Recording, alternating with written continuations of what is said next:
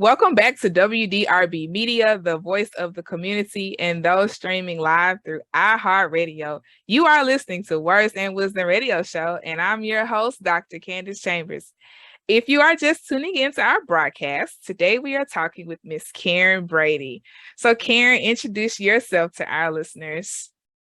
Okay, my name is Karen Brady. I'm going into my 8th year of teaching 7th grade English language arts, and I'm looking forward to the 2022-2023 school year.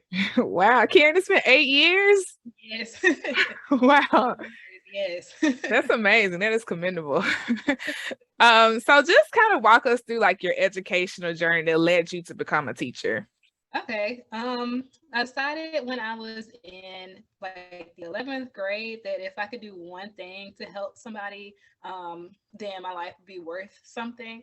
So then that led me into teaching and realizing I could help multiple people through teaching. And I realized I was skilled in English. So I figured that would be the best area to work in for me.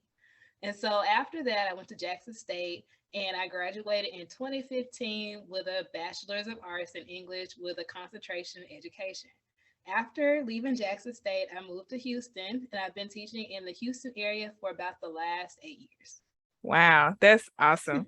That's really awesome that you decided in 11th grade, that you would become an educator. And is your family, like, do you have educators in your family? Yes, on my mother's side, both of my grandparents are in education, both my parents are in education, and I have several aunts and uncles on both sides that are in education. Wow. Yeah. That's cool. Like a lot of people you meet that are teachers, they usually come from a background of teachers and they just keep that, lineage going as far as education is concerned. So like what is your favorite part of being a teacher? My favorite part of being a teacher is connecting students to books and helping them to develop their own voices as writers. Okay, nice. What are some like their favorite books that you've seen that they really gravitate toward? Right now, a lot of the graphic novels are like super popular. Hmm. They help a lot of the kids who are like reluctant readers to get into reading books. So those are really popular. Like Nat Enough and like Diary of a Wimpy Kid. There's another one too, but I can't think of all of them. They're really popular though. Okay, cool. So that's probably a tip for if parents are listening that their child is not, as keen to want to read. Maybe they can use the graphic novels to kind of introduce them to reading or like get them more interested. Would you agree? Yes, I definitely agree. Okay, nice. All right, so of course we know COVID happened, and I just wanted to ask from your perspective, you are inside of the classroom. Like, have you seen any effects of COVID like in your classroom with students, like as it pertains to English and language arts? Yes, definitely. When we came back from COVID, our department lead, well, for the district, she was saying when we went to training, basically that our kids have fallen about 2 years behind, like Wow. pretty much everybody. So when we came back from COVID that school year, I think the average reading level for most seventh graders in the district was about fifth or sixth grade. So because Wow. we lost so much time from COVID. Wow. So what are some things that you all did inside of the classroom to kind of help with that learning gap? Okay, well, one thing we did, we started like using reading and writing workshops and allowing the students to have choice over what they wanted to read. So that encouraged them to read a lot more rather than us like making them use like one class novel, everybody read it, but they're not actually like, they're not learning how to process it themselves. They're not necessarily thinking it through themselves and developing their own thoughts. But if they're reading their own book, and they're practicing the skills that we're teaching them, then they're going to develop those skills in their own, develop their own critical thinking. Nice, like some independent learning, I guess you say. Yeah, Okay, cool. Yeah, I think that's really smart because these kids they have their devices, like they're just kind of in their own worlds a lot of times, and to take that approach is probably really familiar with them anyway. right. Yeah. Okay, cool. So you all did that inside of the classroom. So how can parents like, maybe utilize some of those same I won't say skills, but strategies with their kids at home or just prepare them in general for the upcoming school year as it pertains to English language arts? Okay, I think it'd be really great for parents to help their kid get into the habit of reading or writing something every day. Like it doesn't have to be like an academic book. It can be something like a lot of kids today are actually into nonfiction. Hmm. When we did like our state test results, like, we don't depend solely on the Yeah. test, but when we got our test results back, we noticed that it's like a flip. I think like our generation did better probably on fictional text. Their Hmm. generation is doing better on nonfiction. Hmm.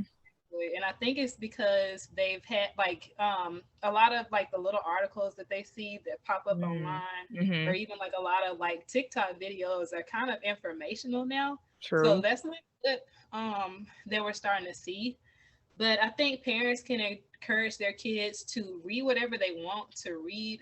Um, I know as parents, we can kind of get into the feeling like, okay, this is how school was when I was in school. So Hmm. my kids have to do this. They have to read these specific books. I'm going to pick this book and have them read it.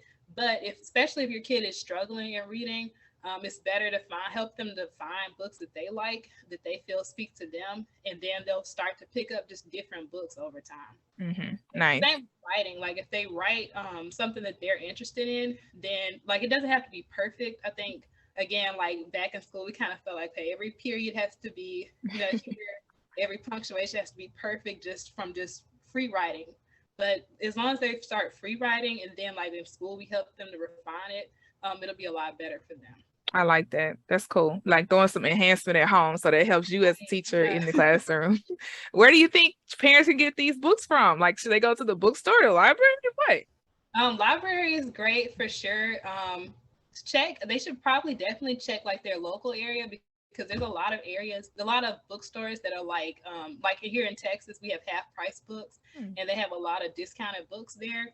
Sometimes there's even like Goodwill, just different places have good books for kids though. But Oh, definitely that's the cool. local library for sure. Yeah. So what about like the writing? So should they keep a journal? Like, or do you encourage handwriting or do you encourage typing? What do you encourage? I think whatever the kid feels most comfortable writing in, I think is best. Like a lot of kids today prefer to use a computer rather than, or even they like to use their phones. Previously, I always felt like phones, I don't know, but they are trying to write on their phone. They Mhm. feel comfortable doing it, especially if it's like casual writing. So that way they can feel, because a lot of kids feel very afraid of writing. But if they start practicing it more, then it gets a lot easier. And it's not like, oh, this huge task. It's just like, okay, I'm going to start writing here, you Mhm. know? Right. This is good advice because I get the kids when they're in the 12th grade and in college. And if these kids would have started writing, doing what Karen is saying, like the younger grades or even middle school, then when they get to those like, further along stages, then their writing would be way more developed than, it is now if they would have practiced. Yeah, I think that's what the shift has been, that I've noticed lately in education, though. Mhm. Okay. So I'm gonna ask just another question. Um, as far as culturally relevant books, so like making sure that students see themselves like in the literature. First of all, tell us like what population of students you generally work with, and like how do you try to make sure that they see themselves in the literature that they read?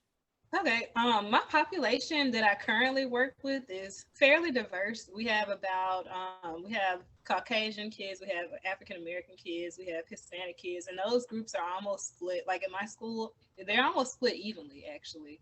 And then our other population, which is smaller, is Asian Okay. American Hmm. students. So our library has a really diverse like selection of books that kids can choose from, Hmm. and I think it also helps to like not like those whole like we can people can use whole class novels, but I think it really is better, well, not better necessarily, but it's really good to let kids also experience choosing books that they can see themselves in the character, and not like telling them this is what you have to read. No, this is not acceptable reading or things like that for them. Yeah, giving them options. I Right. mean, because the world is diverse. And so they're going to school with everybody. They need to be able to see themselves in literature, but also read about other people's experiences. So I think, like you said, being flexible in what they read really will like open their worldview as well.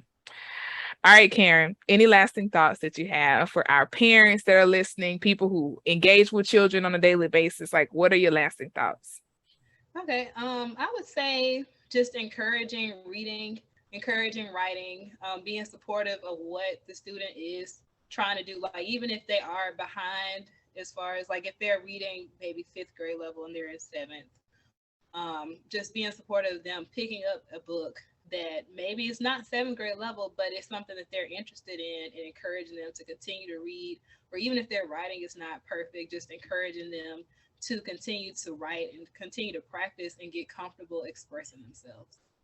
That's perfect. I wish I could like type it in a quote. That was awesome. Well, thank you, Karen, for joining in with us today. Thank you for having me. All right.